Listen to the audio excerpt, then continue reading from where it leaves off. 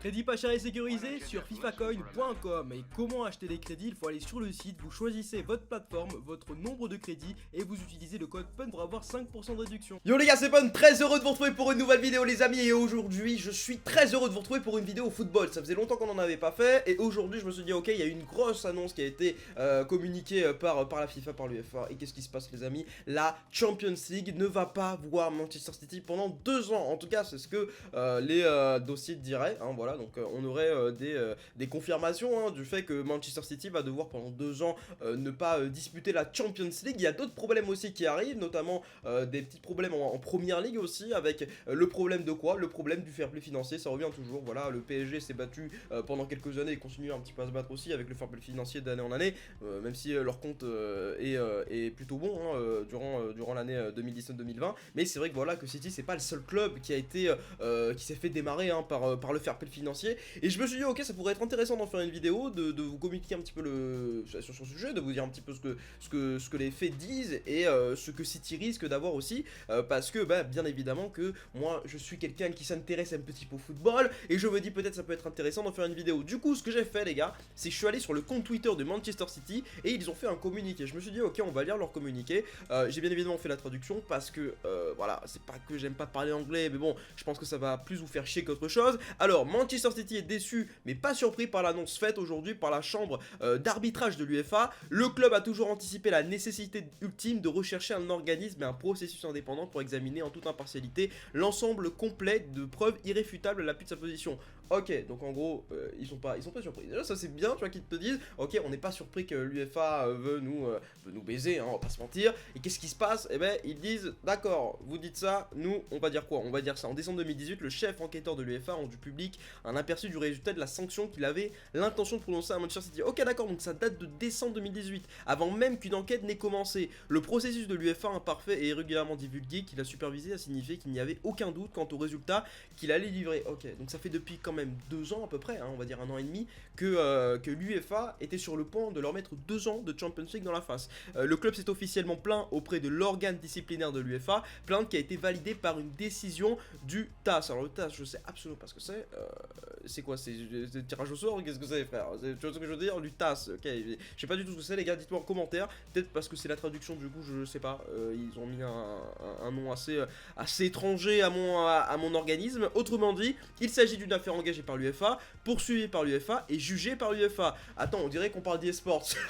Sérieux, franchement là j'ai l'impression de refaire une vidéo que j'ai faite il y a 3 jours. Cette procédure préjudiciable étant désormais terminé, le club recherchera un jugement impartial dans les plus brefs délais. Par conséquent, dans un premier temps, engagera une procédure auprès du tribunal arbitral du sport dans les meilleurs délais. Ok, donc ce qui se passe en gros, c'est que selon Manchester City, l'affaire n'est pas partiale et il demanderait une affaire impartiale, en tout cas un juge impartial. Pourquoi? Parce que bah, l'UEFA juge, gère, fait tout en fait. Voilà, donc l'UEFA est en quelque sorte l'acteur principal et le seul acteur qui pourrait donner une décision.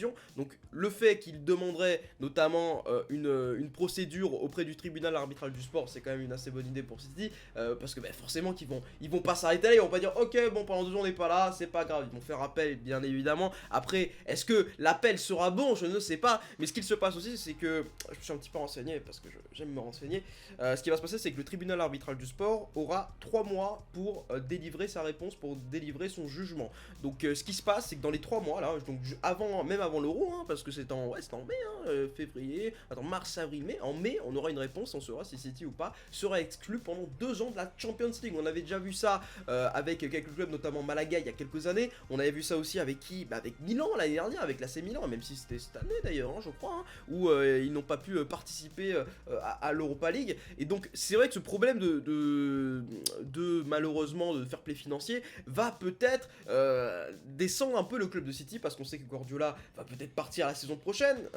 Il était prévu normalement que si Guardiola ne gagne pas la Champions League cette année, bah, il aurait aimé partir. Parce qu'en même temps, ça fait depuis quelques années qu'il est là, ça fait depuis quelques années qu'il galère en Champions League. Alors en Première Ligue, il arrive à gagner des titres et tout, il n'y a pas de souci. Bon, cette année, c'est mort, mais c'est vrai que les saisons dernières, c'était plutôt bien avec City en Première Ligue. Et ce qui se passe, c'est que là, cette année, s'ils gagnent pas la Champions League, ils sont vraiment dans le caca. Voilà, déjà, ils sont vraiment dans le caca. De base, ils sont dans le caca. Même s'ils gagnent la Champions League, je sais pas comment ils vont faire si pendant 2 ans, ils vont pas être en Champions League. Quand on a des techniciens comme Mahrez, comme Bernardo Silva, comme De Bruyne, comme voilà, comme Agüero, comme des joueurs des bêtes de joueurs que tu as dans ton effectif, et j'en oublie plein bien évidemment, tu peux te demander comment tu peux les faire rester pendant 2 ans alors qu'il n'y a pas la Champions League qui est le plus gros tournoi de football européen. Donc tu peux te poser cette question là.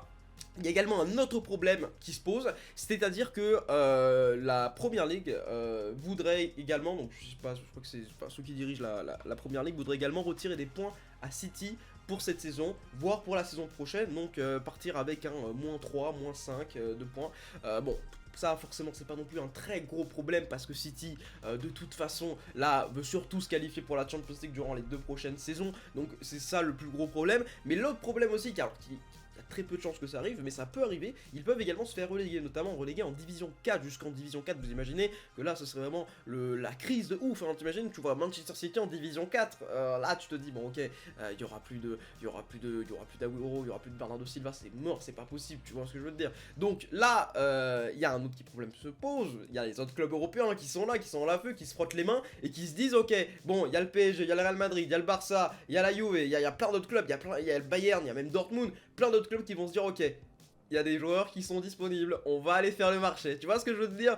Et donc là, il y a également Guardiola qui peut partir, hein, parce qu'on le sait, je l'ai dit de toute façon, il y a également Guardiola qui est sur le marché l'année prochaine. Donc si Guardiola part, si les De Bruyne, les Bernardo Silva, les Agüero, les Mahrez, tous ces joueurs-là, les Sterling aussi, j'en parle pas assez, mais voilà, tous ces joueurs-là partent, forcément que City sera plus City et ils vont galérer de ouf pour après remonter sur la scène nationale et internationale. Là, on parle des deux, parce que s'ils arrivent à descendre en division 4, là ça serait très très chaud, mais je ne pense pas. City a de très bons avocats, ils ont déjà eu des dettes à payer auprès de l'UEFA pour fair play financier, je crois qu'ils devaient payer 40 millions ou 20 millions, je ne sais plus, tout comme le PSG aussi qui devait payer je crois 20 millions, quelque chose comme ça, de fair play financier, et là ça fait depuis en fait 2018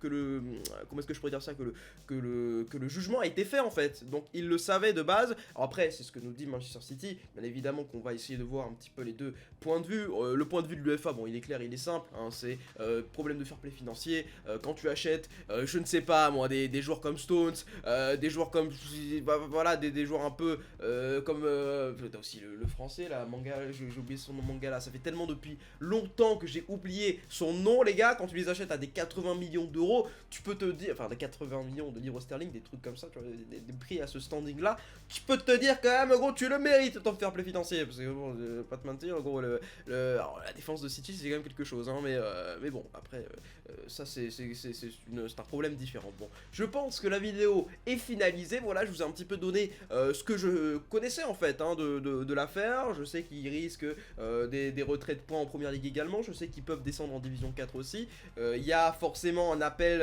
qui a été fait de la part de Manchester City parce qu'ils veulent absolument pas se faire éliminer comme ça directement 2 saisons d'affilée en Champions League. Donc moi je pense que ce serait très préjudiciable pour City de voir leur club pendant 2 ans ne pas aller en Europe. Je pense que c'est simple aussi, on va pas se mentir, c'est logique en même temps, mais ce serait quand même très relou pour eux parce que en fait il y a tout qui partira en couille. C'est ça, c'est-à-dire que t'as la structure, t'as les joueurs, t'as vraiment il y a tellement d'argent qui a été mis dans le club que je verrais mal quand même cette situation être favorable pour l'UEFA. Moi je pense que peut-être peut y avoir 1 an, 2 ans, c'est chaud quand même, 2 ans c'est beaucoup je trouve, mais on verra bien la saison prochaine, on verra bien dans 3 mois parce que c'est dans 3 mois, ils ont 3 mois max, ils ont un délai de 3 mois pour répondre à cette enquête, donc on verra bien comment ça va se passer. Voilà, c'était votre Gapon, j'espère que cette vidéo foot vous aura fait plaisir, moi ça aurait été un pur plaisir, plein de bisous, c'était votre Gapon, lâchez like si vous avez aimé, abonnez-vous à la chaîne si c'est pas encore fait, ciao les gars.